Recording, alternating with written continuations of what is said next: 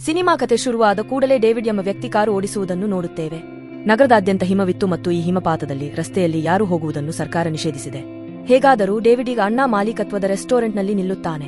ಅಣ್ಣಾ ಅವರ ಹೋಟೆಲ್ ಕೂಡ ಹೆಚ್ಚು ಕಾರ್ಯನಿರತವಾಗಿಲ್ಲ, ಏಕೆಂದರೆ ಈ ಬಿರುಗಾಳಿಯಲ್ಲಿ ಅನೇಕ ಜನರು ಮನೆಯಿಂದ ಹೊರಗೆ ಹೋಗುವುದನ್ನು ತಪ್ಪಿಸುತ್ತಾರೆ. ಅದಕ್ಕೆ ಹೋಟೆಲ್ ಸಿಬ್ಬಂದಿಯೂ ಅಣ್ಣಾ ರಜೆ ಹಾಕಿದ್ದರು. ಅಣ್ಣ ಕೂಡ ಹೊರಡಲು ಹೊರಟಿದ್ದಳು, ಆದರೆ ಅವಳು ಡೇವಿಡ್ ಅನ್ನು ನೋಡಿದ ನಂತರ ನಿಲ್ಲಿಸಿದಳು.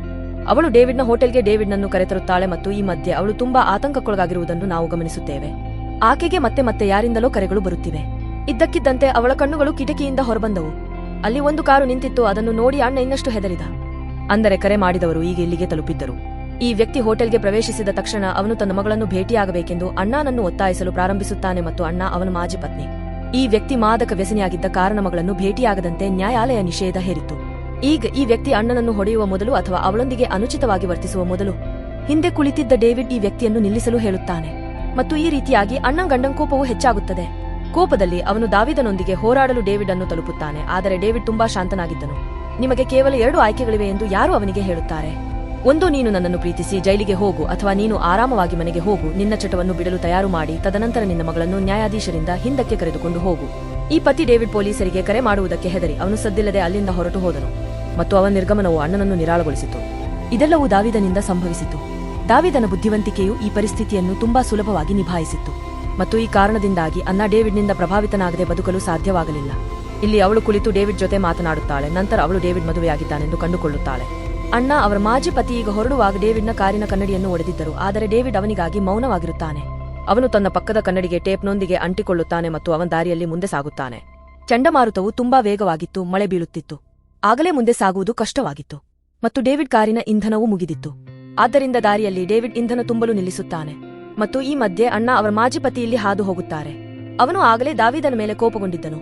ಅವನು ಇಲ್ಲಿ ಡೇವಿಡ್ ಮೇಲೆ ತನ್ನ ಕೋಪವನ್ನು ಹೊರಹಾಕಲು ಬಯಸಿದನು, ಆದರೆ ಅವನು ತನ್ನ ಯೋಜನೆಯನ್ನು ಪೂರ್ಣಗೊಳಿಸುವ ಮೊದಲು ಪೊಲೀಸ್ ಕಾರು ಎಸಿ ಇಂಧನ ನಿಲ್ದಾಣದಲ್ಲಿ ನಿಲ್ಲುತ್ತದೆ. ಡೇವಿಡ್ ಇಂಧನವನ್ನು ಪಡೆದ ತಕ್ಷಣ ಅವನು ಮುಂದೆ ಸಾಗುತ್ತಾನೆ. ಅಣ್ಣ ಅವರ ಮಾಜಿ ಪತಿ ಈಗ ನಿರಂತರವಾಗಿ ಅವರ ಕಾರನ್ನು ಹಿಂಬಾಲಿಸುತ್ತಿದ್ದರು ಮತ್ತು ಡೇವಿಡ್ ಇದನ್ನು ಗಮನಿಸಿದನು. ಡೇವಿಡ್ಗೆ ತಾನು ಹೋಟೆಲ್ನಲ್ಲಿ ಗೊಂದಲಕ್ಕೀಡಾದ ಅದೇ ವ್ಯಕ್ತಿ ಎಂದು ತಿಳಿದಿತ್ತು ಮತ್ತು ಈಗ ನೋಯಿಸದೆ ಅವನು ಹೋಗುವುದಿಲ್ಲ. ತನ್ನನ್ನು ಉಳಿಸಿಕೊಳ್ಳಲು ಚಂಡಮಾರುತವು ವೇಗವಾಗಿ ಬೀಳುತ್ತದೆ. ಆ ವ್ಯಕ್ತಿಯಿಂದ ಬಹಳ ದೂರ ಬಂದ ನಂತರ ಡೇವಿಡ್ ತನ್ನ ಕಾರನ್ನು ರಸ್ತೆಯ ಬದಿಯಲ್ಲಿ ಇರಿಸಿ ಅದನ್ನು ಆಫ್ ಮಾಡುತ್ತಾನೆ. ಆದ್ದರಿಂದ ರಾತ್ರಿಯ ಕತ್ತಲೆಯಲ್ಲಿ ಆ ಮನುಷ್ಯನು ಡೇವಿಡ್ನ ಕಾರನ್ನು ನೋಡುವುದಿಲ್ಲ. ಅವರ ಯೋಜನೆಯು ಫಲಿಸಿತು. ಆ ಮನುಷ್ಯನು ಡೇವಿಡ್ನ ಕಾರಿನ ಮೂಲಕ ಹಾದು ಹೋದನು, ಆದರೆ ಅವನು ಕಾರನ್ನು ನೋಡಲಿಲ್ಲ. ಆ ಮನುಷ್ಯನು ಮತ್ತೆ ತನ್ನನ್ನು ಹಿಂಬಾಲಿಸಲು ಪ್ರಾರಂಭಿಸುತ್ತಾನೆ ಎಂದು ದಾವಿದನು ಹೆದರಿದನು. ಅವನಿಂದ ಮರೆ ಮಾಡಲು ಅವನು ಕಾಡಿನ ಹೊರಗಿನ ಸಣ್ಣ ರಸ್ತೆಗೆ ಹೋಗುತ್ತಾನೆ. ಈ ರಸ್ತೆ ತುಂಬಾ ಜಾರುತ್ತಿತ್ತು. ಅದೊಂದು ನಿರ್ಜನ ಪ್ರದೇಶವಾಗಿತ್ತು. ಡೇವಿಡ್ ಹೆಚ್ಚು ನೋಡಲಾಗಲಿಲ್ಲ ಮತ್ತು ಈ ಜಾರುವಿಕೆಯಿಂದಾಗಿ ಡೇವಿಡ್ ಅವರ ಕಾರು ಅಪಘಾತಕ್ಕೀಡಾಗುತ್ತದೆ. ಕಾರು ಜಾರಿ ಪಕ್ಕಕ್ಕೆ ಬೀಳುತ್ತದೆ. ಡೇವಿಡ್ ತನ್ನ ಕಾರನ್ನು ಮತ್ತೆ ರಸ್ತೆಗೆ ತರಲು ಸಾಕಷ್ಟು ಪ್ರಯತ್ನಿಸಿದನು, ಆದರೆ ಕಾರಿನ ಟೈರ್ಗಳು ಹಿಮದಲ್ಲಿ ಸಿಲುಕಿಕೊಂಡಿವೆ. ಅಸಹಾಯಕನಾಗಿ ಕಾರಿನಿಂದ ಇಳಿದು ತನ್ನ ಕೈಗಳ ಸಹಾಯದಿಂದ ಹಿಮವನ್ನು ತೆಗೆಯಲು ಪ್ರಯತ್ನಿಸುತ್ತಾನೆ, ಆದರೆ ಹಿಮದ ಚಳಿಯಲ್ಲಿ ಅವರ ಕೈಗಳಿಗೆ ಗಾಯವಾಗಿತ್ತು. ಅವನ ಕೈ ಮುರಿಯುತ್ತದೆ ಎಂದು ಅವನು ಭಾವಿಸಿದನು. ಅಸಹಾಯಕನಾಗಿ ಅವನು ಈಗ ಕಾರಿನಲ್ಲಿ ಕುಳಿತು ತನ್ನ ಕಾರಿನ ಹೀಟರ್ ಅನ್ನು ಆನ್ ಮಾಡಿ ಮತ್ತು ತನ್ನ ಕೈಗಳನ್ನು ಕಂಬಕ್ಕೆ ಹಾಕುತ್ತಾನೆ. ತಾನು ಇಲ್ಲಿಂದ ಹೊರಬರುವುದು ಅಸಾಧ್ಯವೆಂದು ದಾವಿದನಿಗೆ ಅರ್ಥವಾಗಿತ್ತು. ಅಲ್ಲಿಯವರೆಗೆ ಯಾರಾದರೂ ಸಹಾಯಕ್ಕೆ ಬರುವವರೆಗೂ ಪೊಲೀಸರಿಗೆ ಫೋನ್ ಮಾಡಬಹುದೆಂಬ ಸಿಗ್ನಲ್ ಕೂಡ ಮೊಬೈಲ್ನಲ್ಲಿ ಇರಲಿಲ್ಲ. ಅಂದರೆ ಅದು ಯಾವಾಗ ಬರುತ್ತದೆ ಎಂದು ನನಗೆ ತಿಳಿದಿಲ್ಲ, ಏಕೆಂದರೆ ಜನರು ರಸ್ತೆಗಿಳಿಯುವುದನ್ನು ಸರ್ಕಾರ ನಿಷೇಧಿಸಿತ್ತು ಮತ್ತು ಇದು ಈಗಾಗಲೇ ಬಹಳ ನಿರ್ಜನ ರಸ್ತೆಯಾಗಿತ್ತು. ಈ ಬಗ್ಗೆ ಯೋಚಿಸುತ್ತಾ ತನ್ನ ಕಾರಿನ ಬ್ಯಾಟರಿಯನ್ನು ಆಫ್ ಮಾಡಿದ. ಅವನು ಈಗ ಸಿಗರೇಟ್ ಅನ್ನು ಇಲ್ಲಿ ಇಟ್ಟು ಅದನ್ನು ಕುಡಿಯುತ್ತಾ ಯೋಚಿಸುತ್ತಾನೆ. ಬೆಳಿಗ್ಗೆ ಅವನ ಕಣ್ಣುಗಳು ಪ್ರಾಣಿಯೊಂದು ಕೂಗುವ ಶಬ್ದವನ್ನು ನೋಡಿದವು. ಅವನ ಸುತ್ತಲೂ ಒಂದು ಕಾಡು ಪ್ರಾಣಿ ಇತ್ತು. ಅವನ ಭಯದಲ್ಲಿ ಡೇವಿಡ್ ತನ್ನ ಕಾರಿನಿಂದ ಇಳಿಯುವುದಿಲ್ಲ. ಆ ಸಮಯದಲ್ಲಿ ಅವನಿಗೆ ತಿನ್ನಲು ಮತ್ತು ಕುಡಿಯಲು ಏನೂ ಇರಲಿಲ್ಲ. ಅದಕ್ಕಾಗಿಯೇ ಅವನು ತನ್ನ ಮೂತ್ರವನ್ನು ಸಹ ಸಂಗ್ರಹಿಸುತ್ತಾನೆ. ಕಾರು ಇಲ್ಲೇ ನಿಂತರೆ ಹಿಮವು ಕಾರನ್ನು ಸಂಪೂರ್ಣವಾಗಿ ಆವರಿಸುತ್ತದೆ ಎಂದು ಡೇವಿಡ್ ಕೂಡ ಯೋಚಿಸುತ್ತಾನೆ. ಆಗ ಯಾರೂ ಈ ಕಾರನ್ನು ನೋಡಲಾರರು ಮತ್ತು ಅವರು ಇಲ್ಲಿಂದ ಹೊರಡುವುದು ಇನ್ನೂ ಕಷ್ಟಕರವಾಗಿರುತ್ತದೆ. ಅದಕ್ಕಾಗಿಯೇ ಅವನು ಈ ಕಾರಿನಿಂದ ಇಳಿದನು. ಬೈನಾಕ್ಯುಲರ್ ಸುತ್ತಲೂ ನೋಡಿದರೆ ಎಲ್ಲೋ ದೂರದ ಹೊಗೆ ಕಾಣಿಸುತ್ತಿತ್ತು, ಆದ್ದರಿಂದ ಅಲ್ಲಿ ಜನರು ವಾಸಿಸುತ್ತಿರಬೇಕು. ಈ ಭರವಸೆಯಲ್ಲಿ ಅವನು ಕಾರಿನಿಂದ ಇಳಿಯುತ್ತಾನೆ. ಬಹುಶಃ ಅವರು ಅಲ್ಲಿ ಸಹಾಯ ಪಡೆಯಬಹುದು. ಅಲ್ಲಿಗೆ ಹೋಗುವ ಮೊದಲು ಅವನು ತನ್ನ ಕಾರಿನ ಟ್ರಂಕ್ ಅನ್ನು ತೆರೆಯುತ್ತಾನೆ ಮತ್ತು ಅವನ ಕಾರಿನ ಟ್ರಂಕ್ನಲ್ಲಿ ಅಣ್ಣನನ್ನು ಕಟ್ಟಿಹಾಕಿರುವುದನ್ನು ನಾವು ನೋಡುತ್ತೇವೆ. ನಾವು ಒಳ್ಳೆಯ ವ್ಯಕ್ತಿ ಎಂದುಕೊಂಡಿದ್ದ ಡೇವಿಡ್ ಅಣ್ಣನನ್ನು ಅಪಹರಿಸಿದ ಕಿಡ್ನಾಪರ್. ಕಾರನ್ನು ಬಿಡುವ ಮೊದಲು ಅವರು ಅಣ್ಣಗೆ ಕಾರಿನಿಂದ ಇಳಿಯಲು ಪ್ರಯತ್ನಿಸಬೇಡಿ ಎಂದು ಎಚ್ಚರಿಸುತ್ತಾರೆ. ಆದರೆ ಅಣ್ಣ ತನ್ನ ಅಪಹರಣಕಾರನ ಮಾತನ್ನು ಏಕೆ ಕೇಳಿದನು? ಅವಳು ಹೋದ ತಕ್ಷಣ ಅವಳು ಪ್ರಯತ್ನಿಸಲು ಪ್ರಾರಂಭಿಸುತ್ತಾಳೆ ಮತ್ತು ಅವಳಿಗೆ ಕಟ್ಟಲಾಗಿದ್ದ ಕೈ ಮತ್ತು ಬಾಯಿ ಅವಳು ಅವುಗಳನ್ನು ತೆರೆಯುವಲ್ಲಿ ಯಶಸ್ವಿಯಾಗುತ್ತಾಳೆ. ಈಗ ಆಕೆಯು ಈ ಕಾರಿನಿಂದ ಹೊರಬರಲು ಬಯಸಿದ್ದಳು, ಆದರೆ ಕಾರಿನ ಹಿಂಭಾಗವನ್ನು ಒಳಗಿನಿಂದ ತೆರೆಯಲು ಸಾಧ್ಯವಾಗಲಿಲ್ಲ. ಅದಕ್ಕೆ ಕಾರಿನ ಹಿಂದಿನ ಸ್ಪೀಕರ್ಗಳನ್ನು ತೆಗೆದು ಕಾರು ಹತ್ತಿಸುವಲ್ಲಿ ಯಶಸ್ವಿಯಾಗಿದ್ದಾಳೆ. ಅವಳು ಕಾರಿನೊಳಗೆ ಪ್ರವೇಶಿಸಿದ ತಕ್ಷಣ ಅವಳು ಕಾರಿನ ಬಾಗಿಲು ತೆರೆದು ಹೊರಗೆ ಓಡುತ್ತಾಳೆ. ಆದರೆ ಹೊರಗೆ ತುಂಬಾ ಚಳಿಯಿತ್ತು ಮತ್ತು ಅವಳು ದೂರದ ಮನುಷ್ಯನನ್ನು ನೋಡದಿದ್ದಾಗ ಅವಳು ಕಾರಿನ ಬಳಿಗೆ ಹೋಗುವುದು ಉತ್ತಮ ಎಂದು ಭಾವಿಸುತ್ತಾಳೆ. ಆದರೂ ಅವಳು ಚಳಿಯನ್ನು ತಪ್ಪಿಸಬಹುದಿತ್ತು. ಅವಳ ಕೈ ಕಾಲುಗಳು ತೆರೆದಿದ್ದವು.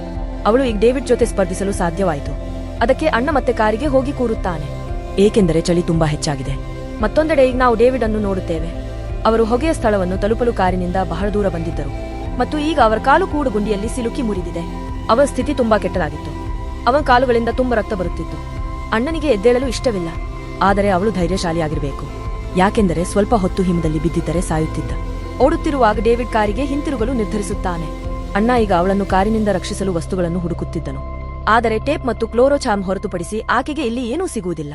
ಅದಕ್ಕೆ ಈ ಎರಡೂ ವಸ್ತುಗಳನ್ನು ತನ್ನ ಬಳಿ ಇಟ್ಟುಕೊಳ್ಳುತ್ತಾಳೆ. ಡೇವಿಡ್ ಕೂಡ ಕಾರಿನ ಬಳಿಗೆ ಬಂದಿದ್ದನ್ನು ನಾವು ನೋಡುತ್ತೇವೆ. ಅವನು ಕಾರಿನ ಬಾಗಿಲು ತೆರೆದು ಕಾರಿನೊಳಗೆ ಕುಳಿತನು. ಅವನ ಪ್ಯಾಂಟ್ ಕತ್ತರಿಸಿ ಅವನ ಗಾಯವನ್ನು ನೋಡಿದ ನಂತರ ಅವನ ಸ್ಥಿತಿಯೂ ಹದಗೆಟ್ಟಿತು. ಅವನ ಕಾಲಿನ ಮೂಳೆ ತುಂಬಾ ಮುರಿದು ಮಾಂಸವನ್ನು ದಾಟುವಾಗ ಹೊರಬಂದಿತು. ಅವರು ನೋವಿನಿಂದ ತುಂಬಾ ಕೆಟ್ಟದಾಗಿ ಕಿರುಚುತ್ತಿದ್ದರು. ಇನ್ನು ರಕ್ತಸ್ರಾವವಾಗದಂತೆ ಕಾಲಿಗೆ ದೊಡ್ಡ ತಂತಿ ಕಟ್ಟಿದ್ದರು. ಅವನು ಸ್ವಲ್ಪ ಕಡಿಮೆ ಮಾಡಲು ಅವನು ಇಲ್ಲಿ ಹೀಟರ್ ಅನ್ನು ಆನ್ ಮಾಡಿದ ತಕ್ಷಣ ಅವನ ಕಿವಿಯಲ್ಲಿ ಗಾಯದ ಗುರುತು ಇದೆ ಎಂದು ಅವನು ಕಂಡುಕೊಂಡನು. ಅಣ್ಣನನ್ನು ಬಿಟ್ಟರೆ ಇಲ್ಲಿ ಯಾರೂ ಇರಲಾರರು ಎಂದು ಅರ್ಥ ಮಾಡಿಕೊಂಡರು. ಅವನು ತನ್ನ ಚಾಕುವನ್ನು ತೆಗೆದುಕೊಂಡು ಅಣ್ಣನ ಬೆನ್ನಿಗೆ ಹೊಡೆಯುವ ಮೊದಲು ಅಣ್ಣ ಇದ್ದಕ್ಕಿದ್ದಂತೆ ಕ್ಲೋರೋಚಾರ್ಮ್ ವಾಸನೆಯಿಂದ ಅವನನ್ನು ಪ್ರಜ್ಞೆ ತಪ್ಪಿಸುತ್ತಾನೆ. ಅರಿವಿಲ್ಲದೆ ಅವನು ಇದೀಗ ಹಳದಿ ಕಾಡಿನಲ್ಲಿ ಇರುವ ಕನಸನ್ನು ನೋಡಿದನು. ಅವ ಮುಂದೆ ಸತ್ತ ಪ್ರಾಣಿ ಮತ್ತು ಅವನ 2 ಕೈಗಳಲ್ಲಿ ರಕ್ತವಿದೆ. ಈ ಕನಸು ಕಂಡ ತಕ್ಷಣ ಹೆದರಿ ಏಳುತ್ತಾನೆ. ಪ್ರಜ್ಞೆ ಬಂದಾಗ ಅಣ್ಣ ತನ್ನ ಕೈಗಳನ್ನು ದಾರದಿಂದ ಕಟ್ಟಿದ್ದನ್ನು ನೋಡುತ್ತಾನೆ ಮತ್ತು ಅವನ ಕುತ್ತಿಗೆಯನ್ನು ಆಸನದಿಂದ ಕಟ್ಟಿದನು. ಅಣ್ಣ ಅವನನ್ನು ಕೇಳುತ್ತಾನೆ, ನೀನು ನನ್ನನ್ನು ಇಲ್ಲಿಗೆ ಎಲ್ಲಿಗೆ ತಂದಿದ್ದೀಯಾ ಮತ್ತು ನನ್ನ ಫೋನ್ ಎಲ್ಲಿದೆ? ನಾನು ನಿಮ್ಮ ಫೋನ್ ಅನ್ನು ಎಸೆದಿದ್ದೇನೆ ಮತ್ತು ಈ ಸಮಯದಲ್ಲಿ ನಾವು ಎಲ್ಲಿದ್ದೇವೆ ಎಂದು ನನಗೆ ತಿಳಿದಿಲ್ಲ ಎಂದು ಡೇವಿಡ್ ಉತ್ತರಿಸುತ್ತಾನೆ, ಏಕೆಂದರೆ ನಾನು ಕಳೆದು ಹೋದೆ. ಅಣ್ಣ ಅವನಿಗೆ ಹೇಳುತ್ತಾನೆ, ಏನೇ ಇರಲಿ ನನ್ನ ತಾಯಿ ಇಷ್ಟೊತ್ತಿಗಾಗಲೇ ಪೊಲೀಸರಿಗೆ ಕರೆ ಮಾಡಿರಬೇಕು. ಆದರೆ ಡೇವಿಡ್ ಹೇಳುತ್ತಾನೆ, ಅದು ಸಂಭವಿಸಬಾರದು, ಏಕೆಂದರೆ ನಿಮ್ಮ ಫೋನ್ ಎಸೆಯುವ ಮೊದಲು ನಾನು ನಿಮ್ಮ ತಾಯಿಗೆ ಸಂದೇಶ ಕಳುಹಿಸಿದ್ದೆ, ನೀವು ನಿಮ್ಮ ಮಾಜಿ ಪತಿಯೊಂದಿಗೆ ಇದ್ದೀರಿ ಎಂದು. ಮತ್ತು ಇದನ್ನು ಕೇಳಿದ ಅಣ್ಣನಿಗೆ ಆಘಾತವಾಯಿತು. ಅಣ್ಣ ಈಗ ಅವನ ವ್ಯಾಲೆಟ್ ಮತ್ತು ಫೋನ್ ತೆಗೆದುಕೊಳ್ಳುತ್ತಾಳೆ, ಆದರೆ ಅವಳು ತನ್ನ ಫೋನ್ನಲ್ಲಿ ಸಿಗ್ನಲ್ ಅನ್ನು ಸಹ ನೀಡುವುದಿಲ್ಲ. ಇಲ್ಲಿ ಡೇವಿಡ್ ಅವಳಿಗೆ ಹೇಳುತ್ತಾನೆ, ನಿಸ್ಸಂದೇಹವಾಗಿ ನಾನು ನಿನ್ನ ಸೆರೆಯಲ್ಲಿದ್ದೇನೆ, ಆದರೆ ಇಲ್ಲಿಯವರೆಗೆ ನಾವಿಬ್ಬರೂ ತೊಂದರೆಯಲ್ಲಿದ್ದೇವೆ ಮತ್ತು ಜೀವಂತವಾಗಿರಲು ನಾವಿಬ್ಬರೂ ಒಂದೇ ಕಾರಿನ ಮೂಲವನ್ನು ಹೊಂದಿದ್ದೇವೆ, ಆದ್ದರಿಂದ ನಾವು ಅದನ್ನು ನೋಡಿಕೊಳ್ಳಬೇಕು. ಅಣ್ಣ ಅವನ ಮಾತನ್ನು ಕೇಳುತ್ತಾ ಕಾರಿನ ಬ್ಯಾಟರಿ ಖಾಲಿಯಾಗದಂತೆ ಕಾರ್ ಹೀಟರ್ ಅನ್ನು ಆಫ್ ಮಾಡುತ್ತಾನೆ. ಇದರ ನಂತರ ಅವಳು ಡೇವಿಡ್ನ ವ್ಯಾಲೆಟ್ ಅನ್ನು ಪರಿಶೀಲಿಸುತ್ತಾಳೆ. ಅಲ್ಲಿ ಸಾಕಷ್ಟು ನಕಲಿ ಐಡಿಗಳು ಇದ್ದವು. ಇದರರ್ಥ ಡೇವಿಡ್ ಒಬ್ಬ ವಂಚಕ ಮತ್ತು ಅವನು ಎಂದಿಗೂ ಒಂದೇ ಸ್ಥಳದಲ್ಲಿ ಉಳಿಯುವುದಿಲ್ಲ. ಅಣ್ಣ ತುಂಬಾ ದಣಿದಿದ್ದಳು, ಅವಳಿಗೆ ನಿದ್ರೆ ಬರಲಿಲ್ಲ.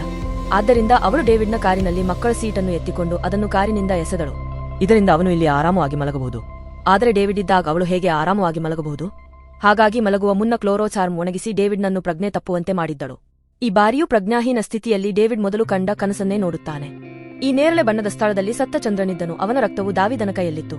ಭಯಗೊಂಡ ಈ ಬಾರಿಯೂ ಡೇವಿಡ್ ತನ್ನ ಪ್ರಜ್ಞೆಗೆ ಬರುತ್ತಾನೆ. ಆದರೆ ಅವನು ತನ್ನ ಪ್ರಜ್ಞೆಗೆ ಬಂದ ತಕ್ಷಣ ಅಣ್ಣನಿಗೆ ಈಗಾಗಲೇ ಎಚ್ಚರವಾಯಿತು ಎಂದು ಅವನು ನೋಡುತ್ತಾನೆ ಮತ್ತು ಅವನು ಎಚ್ಚರವಾದ ತಕ್ಷಣ ಅಣ್ಣ ವಾಶ್ರೂಮ್ಗೆ ಹೋಗಬೇಕಾಗಿತ್ತು. ಆದ್ದರಿಂದ ಅವಳು ಕಾರಿನಿಂದ ಇಳಿದಳು ಮತ್ತು ಈ ಅವಕಾಶವನ್ನು ಬಳಸಿಕೊಳ್ಳುತ್ತಾಳೆ.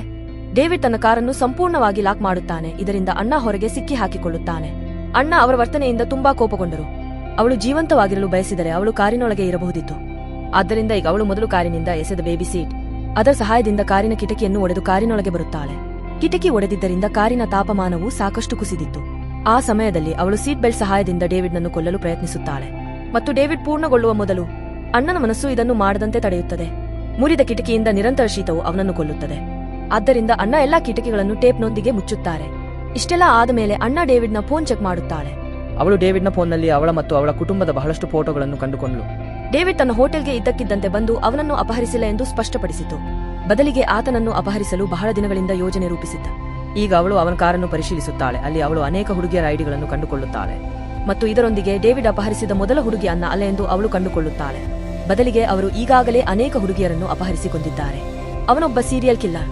ಶಾಕಿ ಅನ್ನ ಡೇವಿಡ್ನನ್ನು ಕೇಳುತ್ತಾನೆ, ಇಷ್ಟು ಹುಡುಗಿಯರನ್ನು ಹೇಗೆ ಕೊಲ್ಲುತ್ತೀರಿ ಮತ್ತು ನೀವು ಇಲ್ಲಿಯವರೆಗೆ ಎಷ್ಟು ಹುಡುಗಿಯರನ್ನು ಕೊಂದಿದ್ದೀರಿ? ಪ್ರತಿಕ್ರಿಯೆಯಾಗಿ ಡೇವಿಡ್ ಹೇಳುತ್ತಾರೆ, ನನಗೆ ನೆನಪಿಲ್ಲ. ಇಲ್ಲಿ ಅವನು ಅಣ್ಣನಿಗೆ ತನ್ನ ಮೊದಲ ಕೊಲೆಯ ಕಥೆಯನ್ನು ಹೇಳಲು ಪ್ರಾರಂಭಿಸುತ್ತಾನೆ. ಮೊದಲನೆಯದಾಗಿ ಹುಡುಗಿಯನ್ನು ಮೂರ್ಖನನ್ನಾಗಿ ಮಾಡಿ ಕೊಲ್ಲಲು ಅವನು ಯೋಜಿಸಿದ್ದನು. ಅವನು ತನ್ನನ್ನು ಪವಿತ್ರಗೊಳಿಸಿದನು. ಅವನ ಕೈಯಲ್ಲಿ ಉಂಗುರವನ್ನು ಹಾಕಿದನು. ಅದು ಅವನನ್ನು ಮದುವೆಯಾಗುವಂತೆ ಮಾಡಿತು. ಮತ್ತು ಅವನು ತನ್ನ ಕಾರಿನ ಹಿಂಭಾಗದಲ್ಲಿ ಮಗುವಿನ ಆಸನವನ್ನು ಇಟ್ಟುಕೊಂಡನು. ಅದು ಅವನೊಬ್ಬ ಕುಟುಂಬದ ವ್ಯಕ್ತಿ ಎಂಬ ಭಾವನೆ ಮೂಡಿಸಿತು ಮತ್ತು ಅವರು ಅಂತಹ ಯಾವುದೇ ಕೆಲಸದಲ್ಲಿ ತೊಡಗಿಸಿಕೊಳ್ಳಲು ಸಾಧ್ಯವಿಲ್ಲ. ಗಂಟೆಗಟ್ಟಲೆ ಕಾರನ್ನು ಓಡಿಸಿದ ನಂತರ ಲಿಫ್ಟ್ ಅಗತ್ಯವಿರುವ ಹುಡುಗಿಯನ್ನು ಭೇಟಿಯಾದರು. ಡೇವಿಡ್ ಹೇಳುತ್ತಾರೆ, ನಾನು ಅವಳನ್ನು ಕಾರಿನಲ್ಲಿ ಕೂರಿಸಿದೆ. ಮೊದಲಿಗೆ ಎಲ್ಲವೂ ಎಂದಿನಂತೆ ನಡೆಯುತ್ತಿತ್ತು. ಅವಳು ನನ್ನೊಂದಿಗೆ ಪ್ರಾಮಾಣಿಕಳಾಗಿದ್ದಳು. ಆದರೆ ಕ್ರಮೇಣ ನನ್ನ ಮಾತು ಅವಳಿಗೆ ಭಯ ಹುಟ್ಟಿಸತೊಡಗಿತು. ಅವಳು ಪೊಲೀಸರಿಗೆ ಕರೆ ಮಾಡಲು ಹೊರಟಿದ್ದಳು. ಆದರೆ ಅದಕ್ಕೂ ಮುನ್ನ ಆಕೆಯನ್ನು ಹಿಡಿದು ಚಾಕುವಿನಿಂದ ಕೊಂದಿದ್ದೆ.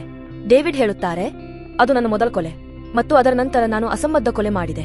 ಅವುಗಳಲ್ಲಿ ಕೆಲವು ನನಗೆ ಇನ್ನೂ ನೆನಪಿಲ್ಲ. ಅವಳ ಮಾತು ಅಣ್ಣನಿಗೆ ಭಯ ಹುಟ್ಟಿಸುತ್ತಿತ್ತು. ಅದಕ್ಕೆ ಅಣ್ಣ ಮುಖಕ್ಕೆ ಟೇಪ್ ಹಾಕ್ತಾರೆ. ಡೇವಿಡ್ ನಿದ್ರಿಸುತ್ತಾನೆ ಮತ್ತು ಅನ್ನ ಇಲ್ಲಿ ಮಲಗಲು ಪ್ರಯತ್ನಿಸುತ್ತಾನೆ.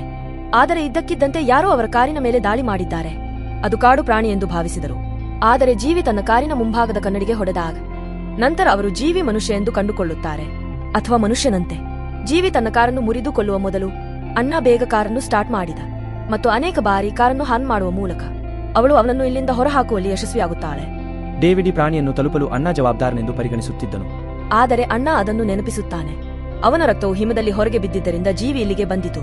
ಡೇವಿಡ್ನ ಗಾಯವು ಈಗ ಸಂಪೂರ್ಣವಾಗಿ ಕಪ್ಪಾಗಿತ್ತು. ಅವನಿಗೆ ಬಹಳ ಕಡಿಮೆ ಸಮಯವಿತ್ತು. ಇಲ್ಲೇ ಸಾಯುವ ಸಾಧ್ಯತೆಯೂ ಇತ್ತು. ಅನ್ನ ಈ ಪ್ರಾಣಿಯ ಬಗ್ಗೆ ಡೇವಿಡ್ಗೆ ಹೇಳುತ್ತಾಳೆ ಮತ್ತು ಹೇಳುತ್ತಾರೆ, ಈ ಜೀವಿ ಮನುಷ್ಯನಾಗಿರಲಿಲ್ಲ, ಅದೊಂದು ಚೈತನ್ಯವಾಗಿತ್ತು, ಅದೊಂದು ಭೂತವಾಗಿತ್ತು. ಇಲ್ಲಿ ವಾಸಿಸುವ ಜನರು ಅದನ್ನು ನಂಬುತ್ತಾರೆ. ಈ ಜೀವಿ ಇಲ್ಲಿಗೆ ಬರುವ ಕೆಟ್ಟ ಜನರನ್ನು ಕೊಲ್ಲುತ್ತದೆ ಮತ್ತು ತನ್ನ ಬೇಟೆಯನ್ನು ಕೊಲ್ಲುವ ಮೊದಲು ಅವನು ಕನಸಿನಲ್ಲಿ ಬಂದು ಅವನನ್ನು ಹೆದರಿಸುತ್ತಾನೆ. ಇದನ್ನು ಕೇಳಿದ ಡೇವಿಡ್ ಸಂಪೂರ್ಣವಾಗಿ ಭಯಗೊಂಡನು, ಏಕೆಂದರೆ ಅವನ ಕನಸಿನಲ್ಲಿಯೂ ಅನೇಕ ಬಾರಿ ಜೀವಿಯನ್ನು ಕಂಡನು. ಈ ಮಾತುಕತೆಯ ಸಂದರ್ಭದಲ್ಲಿ ಅವನ ಕಾರಿನ ಬ್ಯಾಟರಿಯೂ ಖಾಲಿಯಾಗುತ್ತದೆ. ಈಗ ಅವರು ತುಂಬಾ ಕೆಟ್ಟ ಸ್ಥಿತಿಯಲ್ಲಿದ್ದರು. ಅವರು ಪರಸ್ಪರ ಹತ್ತಿರ ಬರಬೇಕು ಎಂದು. ಇದರಿಂದ ಅವರು ಪರಸ್ಪರ ದೇಹದ ಶಾಖದಿಂದ ಜೀವಂತವಾಗಿರಲು ಸಾಧ್ಯವಾಯಿತು. ಡೇವಿಡ್ ಈಗ ಇಲ್ಲಿ ಸಾಯಲಿದ್ದೇನೆ ಎಂದು ಭಾವಿಸಿದರು. ಅದಕ್ಕೆ ಅಣ್ಣನಿಗೆ ತನ್ನ ಕತೆ ಹೇಳುತ್ತಾನೆ. ಅದಕ್ಕಾಗಿಯೇ ಅವನು ಈ ಕೊಲೆಗಳನ್ನು ಪ್ರಾರಂಭಿಸಿದನು. ಅವನು ಚಿಕ್ಕವನಾಗಿದ್ದಾಗ ಅವನ ತಾಯಿ ಅವನಿಗೆ ತುಂಬಾ ಕ್ರೂರವಾಗಿದ್ದಳು ಮತ್ತು ಅದಕ್ಕಾಗಿಯೇ ಅವನು ತುಂಬಾ ಕ್ರೂರನಾದನು. ವಾಸ್ತವವಾಗಿ ಅವನು ಮೊದಲು ತನ್ನ ತಾಯಿಯನ್ನು ಕೊಂದನು ಮತ್ತು ಈಗ ಈ ಹುಡುಗಿಯರನ್ನು ಕೊಲ್ಲುವ ಮೂಲಕ ಅವನು ಬಲಶಾಲಿ ಎಂದು ಭಾವಿಸಿದನು. ಆದರೆ ನಿಜವಾದ ವಿಷಯ ಹೀಗಿತ್ತು, ಅವನು ಈ ಹುಡುಗಿಯರಿಗೆ ಹೆದರುತ್ತಿದ್ದನು. ಅಣ್ಣ ತನ್ನ ದುಃಖದ ಕಥೆಯನ್ನು ಇಲ್ಲಿ ಹೇಳುತ್ತಾಳೆ. ಅವಳು ಚಿಕ್ಕವಳಿದ್ದಾಗ ಅವಳ ತಂದೆ ಅವಳನ್ನು ಚೆನ್ನಾಗಿ ನಡೆಸಿಕೊಳ್ಳಲಿಲ್ಲ. ವರ್ಷಗಟ್ಟಲೆ ಇದೆಲ್ಲವನ್ನೂ ಸಹಿಸಿಕೊಂಡಳು ಮತ್ತು ಒಂದು ದಿನ ಅವಳು ತನ್ನ ತಾಯಿಗೆ ಎಲ್ಲವನ್ನೂ ಹೇಳಿದಳು. ಅದರ ನಂತರ ಆಕೆಯ ತಂದೆ ಜೈಲು ಪಾಲಾದರು ಎಂದು ಅಣ್ಣ ಯೋಚಿಸಿದ. ಸಾಯುವಾಗ ದಾವಿದನು ತನ್ನ ಹೃದಯದಲ್ಲಿ ಕರುಣೆಯನ್ನು ಹೊಂದಿದ್ದನು. ಅದಕ್ಕೆ ಅಣ್ಣನ ಜೊತೆ ಚೆನ್ನಾಗಿ ನಡೆದುಕೊಳ್ಳುತ್ತಿದ್ದಾನೆ. ಆದರೆ ಇಷ್ಟೆಲ್ಲ ಮಾಡುವುದರಿಂದ ಅವನು ಅಣ್ಣನನ್ನು ಮೂರ್ಖನನ್ನಾಗಿ ಮಾಡುತ್ತಿದ್ದನು. ಅನ್ನವನ್ನು ಬಾತ್ರೂಮಿಗೆ ಹಾಕಿದ್ದರು ಮತ್ತು ಅವಳ ಕೈ ಕಾಲುಗಳನ್ನು ಬಿಡುಗಡೆ ಮಾಡಲಾಯಿತು ಮತ್ತು ಅಣ್ಣ ಅರ್ಥ ಮಾಡಿಕೊಳ್ಳುವ ಮೊದಲು ಅವನು ಅಣ್ಣನನ್ನು ಕತ್ತು ಹಿಸುಕಿ ಕೊಲ್ಲಲು ಪ್ರಯತ್ನಿಸಿದನು. ಈಗ ಅಣ್ಣ ಸಂಪೂರ್ಣವಾಗಿ ಸತ್ತಿದ್ದ. ಇದ್ದಕ್ಕಿದ್ದಂತೆ ಯಾರೋ ಗ್ಯಾಲರಿಯ ಬಾಗಿಲು ತೆರೆಯುತ್ತಾರೆ. ಅದೇ ಆತ್ಮ ಹೊರಗಿನಿಂದ ಬರುತ್ತಿದೆ. ಅದೇ ಜೀವಿಯಾಗಿತ್ತು. ಅವರ ಕಥೆಯನ್ನು ಅಣ್ಣ ಡೇವಿಡ್ಗೆ ಹೇಳಿದ್ದರು. ಮೊದಲಿಗೆ ಅವಳು ತನ್ನೊಂದಿಗೆ ಅಣ್ಣನನ್ನು ಕರೆದುಕೊಂಡು ಹೋಗುತ್ತಿದ್ದಳು. ಆದರೆ ಅಣ್ಣ ತನ್ನನ್ನು ಉಳಿಸಿಕೊಳ್ಳಲು ತನ್ನ ಜಾಕೆಟ್ ಅನ್ನು ತೆಗೆಯುತ್ತಾಳೆ. ಜೀವಿ ಹಿಡಿದಿದ್ದ ಅಂತಹ ಜೀವಿಗಳು ಡೇವಿಡ್ ಅನ್ನು ಮಾತ್ರ ಸ್ಪರ್ಶಿಸುತ್ತವೆ. ಡೇವಿಡ್ ಅನ್ನು ಇಲ್ಲಿಂದ ಕರೆದೊಯ್ದ ನಂತರ ಅಣ್ಣ ತನ್ನ ಕಾರನ್ನು ಬೇಗನೆ ಲಾಕ್ ಮಾಡುತ್ತಾಳೆ ಮತ್ತು ಜೀವಿ ಮತ್ತೆ ಇಲ್ಲಿಗೆ ಬರುತ್ತದೆ ಅವಳನ್ನು ಹುಡುಕಲು. ಅದಕ್ಕಾಗಿ ಅವಳು ಕಾರಿನ ಟ್ರಂಕ್ನಲ್ಲಿ ಅಡಗಿಕೊಳ್ಳುತ್ತಾಳೆ. ಅವಳು ದಪ್ಪ ಬಟ್ಟೆಯನ್ನು ಧರಿಸಿರಲಿಲ್ಲ. ಬಹುಶಃ ಈ ಚಳಿ ಈಗ ಅವಳನ್ನು ಸಾಯಿಸಿರಬಹುದು. ಆದರೆ ಅವಳು ಅದೃಷ್ಟಶಾಲಿಯಾಗಿದ್ದಳು. ಈ ಹಿಮಪಾತವು ನಿಲ್ಲುತ್ತದೆ ಮತ್ತು ಹಿಮಪಾತವು ನಿಂತ ತಕ್ಷಣ ಐಸ್ ತೆಗೆಯುವ ಕಾರುಗಳು ಇಲ್ಲಿಗೆ ಬರುತ್ತವೆ. ಅದರ ಚಾಲಕನು ಈ ಕಾರನ್ನು ನೋಡುತ್ತಾನೆ ಮತ್ತು ಅವನು ಈ ಕಾರಿಗೆ ಬಂದ ತಕ್ಷಣ ಅವನು ಸತ್ತ ಡೇವಿಡ್ನ ಅಂಗಳನ್ನು ಇಲ್ಲಿ ನೋಡುತ್ತಾನೆ. ಕಾರನ್ನು ಚೆನ್ನಾಗಿ ಪರಿಶೀಲಿಸಿದ ನಂತರ ಅವನು ಕಾರಿನಲ್ಲಿ ಯಾರನ್ನೂ ಕಾಣಲಿಲ್ಲ. ಆದರೆ ನಂತರ ಅವನು ಕಾರಿನ ಟ್ರಂಕ್ ಅನ್ನು ತೆರೆದಾಗ ಅಣ್ಣ ಇದ್ದರು. ಕಳಿಯಿಂದಾಗಿ ಅವಳ ಸ್ಥಿತಿ ತುಂಬಾ ಕೆಟ್ಟದಾಗಿತ್ತು. ಆದರೆ ಅವಳು ಇನ್ನೂ ಜೀವಂತವಾಗಿದ್ದಳು. ಯಾವುದೂ ಈಗ ರಕ್ಷಿಸಲ್ಪಡುತ್ತದೆ. ಅವಳ ಪ್ರಾಣ ಉಳಿಯುತ್ತದೆ ಮತ್ತು ಇದನ್ನು ತೋರಿಸುತ್ತದೆ. ಈ ಚಿತ್ರ ಇಲ್ಲಿಗೆ ಮುಗಿಯುತ್ತದೆ. ವೀಕ್ಷಿಸಿದ್ದಕ್ಕಾಗಿ ವಂದನೆಗಳು.